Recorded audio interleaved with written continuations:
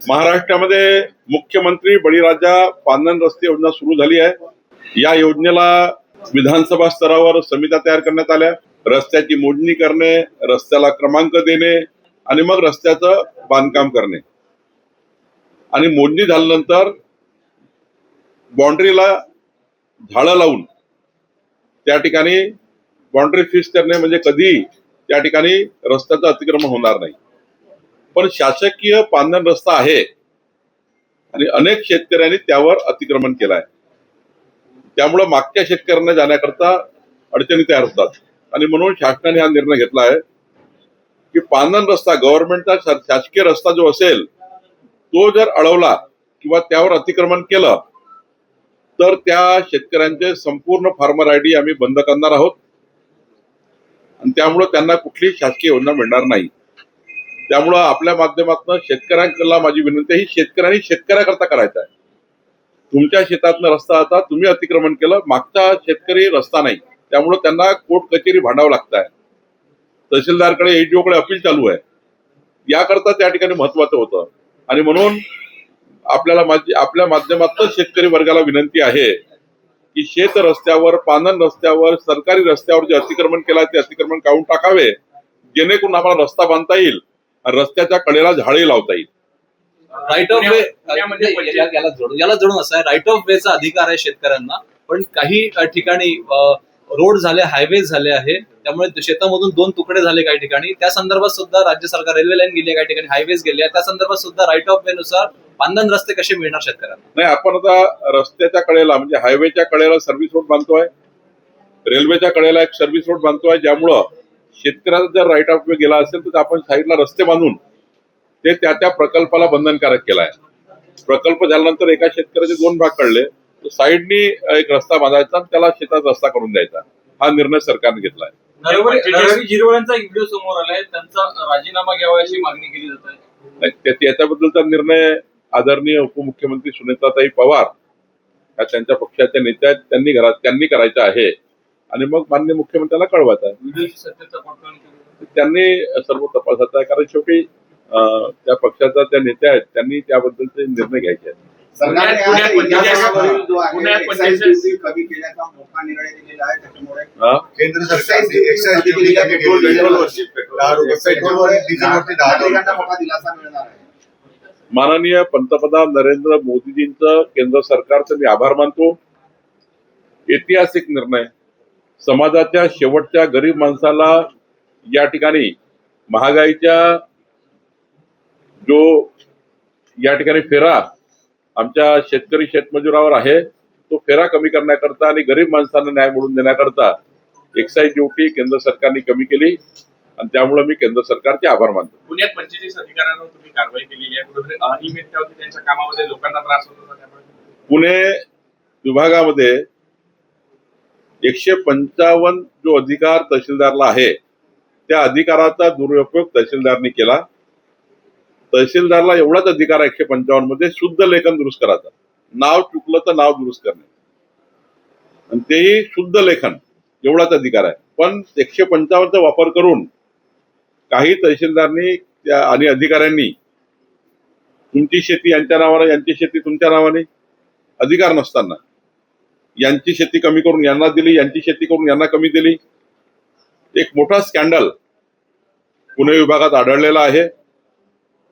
जवळपास 400 प्रकरणं आढळलेले आहेत, 4000 प्रकरणं तपासले आम्ही, 36,000 प्रकरणं ऐकून राज्यामध्ये आम्ही आता 155चा दुरुपयोग करणाऱ्या संपूर्ण महाराष्ट्राची तपासणी आम्ही करणार आहोत।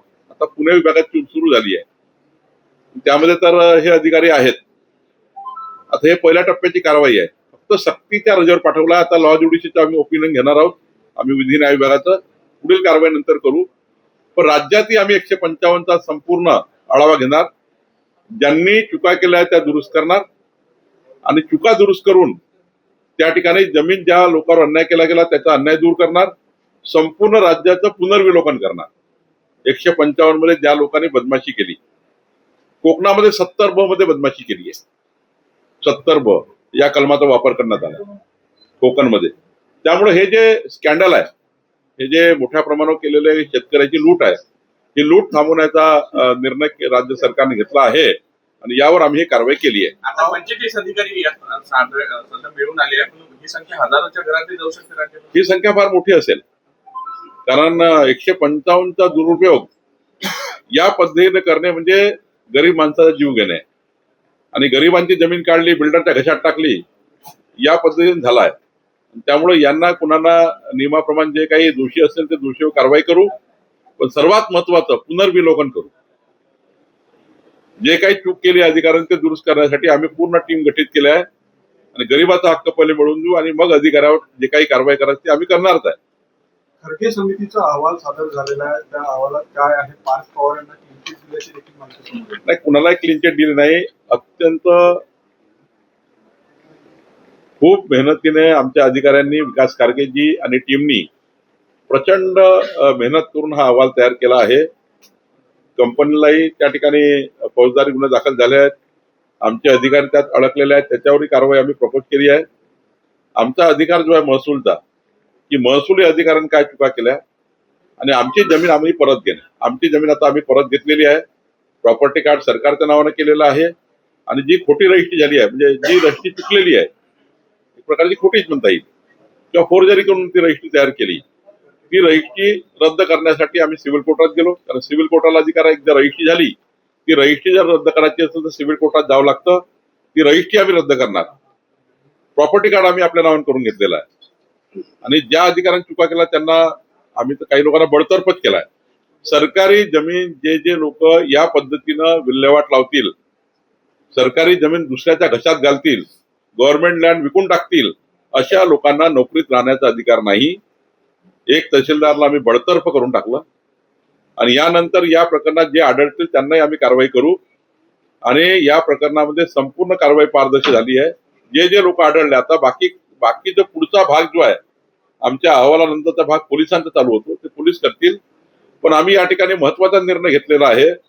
महाराष्ट्रात जेवढा गव्हर्नमेंट लँड आहे, गव्हर्नमेंट प्रॉपर्टी आहे, या सर्वांचं सर्वेक्षण करून या सर्वांना त्या ठिकाणी एका वेबसाईटवर आणून ऑनलाईन पद्धतीने, एका क्लिक पद्धतीने पूर्ण गव्हर्नमेंट प्रॉपर्टीचा डेटा आता कुणालाही पाहता येईल. 6 महिन्यामध्ये आम्ही राज्याच्या पूर्ण गव्हर्नमेंट प्रॉपर्टीवर संपूर्ण कंट्रोल आणणार आहे. अतिक्रमण असतील तर अतिक्रमण काढू, पण सरकारी मालमत्ता ही जनतेची आहे, ती खुली करू. या रिपोर्टमध्ये पार्थ पवार यांच्यावर काही ठपका ठेवण्यात आलेला का? नेमकं काय त्यांच्या अमेडिया कंपनीचा जो व्यक्ती त्या ठिकाणी रजिस्टर करायला गेला, आमच्या कायद्यात काय लिहिलं आहे? रजिस्ट्री करून देणारा, रजिस्ट्री करून घेणारा, सरकारी जागेची विक्री करणारा आणि विकत घेणारा, या दोघांवरही गुन्हे दाखल केले आहे. आता बाकीची पुढचा जो स्कोप आहे तो फौजदारी गुन्ह्याचा आहे. त्या फौजदारी गुन्ह्यामध्ये त्यांना कुणाकुणाला घ्यायचं आहे, हे फौजदारी कारवाई आहे. महसूलची कारवाई जी होती जे नियमाप्रमाणे आहे, IGRच्या नियमाप्रमाणे आणि महसुली कायद्याप्रमाणे जो आमच्या समोर आला होता हे करायला, त्याच्या FIR आम्ही कळवला. त्याच्यामध्ये अतिरिक्त कोण आहे ते पोलिसांचा भाग आहे. एकदम किती मोठा असेल त्याच्यावर कारवाई होईल आणि याच्यामध्ये कोणाला सोडलं जाणार नाही.